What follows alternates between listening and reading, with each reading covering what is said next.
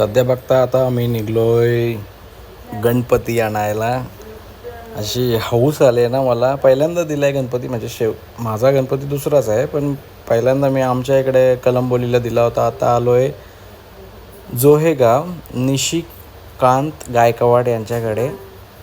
So मला म्हणजे असं होतं का मला कसा गणपती देतील, काय देतील, मी सांगितलं तसा भेटेल का नाही. पण या भाऊंकडं बघता, भाऊंचं त्या गणपती सुकवण्याची काहीतरी मशीन असतं, त्याच्यामध्ये ॲक्सिडंट झाला, त्यांचा हातपाय भाजला. तरी पण त्यांनी मला एवढा म्हणजे जी मला गोष्ट माझ्या गणपतीमध्ये पाहिजे होती इन डिटेल त्यांनी करून दिलेली आहे. म्हणजे एवढी भारी मूर्ती आहे ना का त्याच्याकडून नजरच हटत ना माझी, एवढी भारी.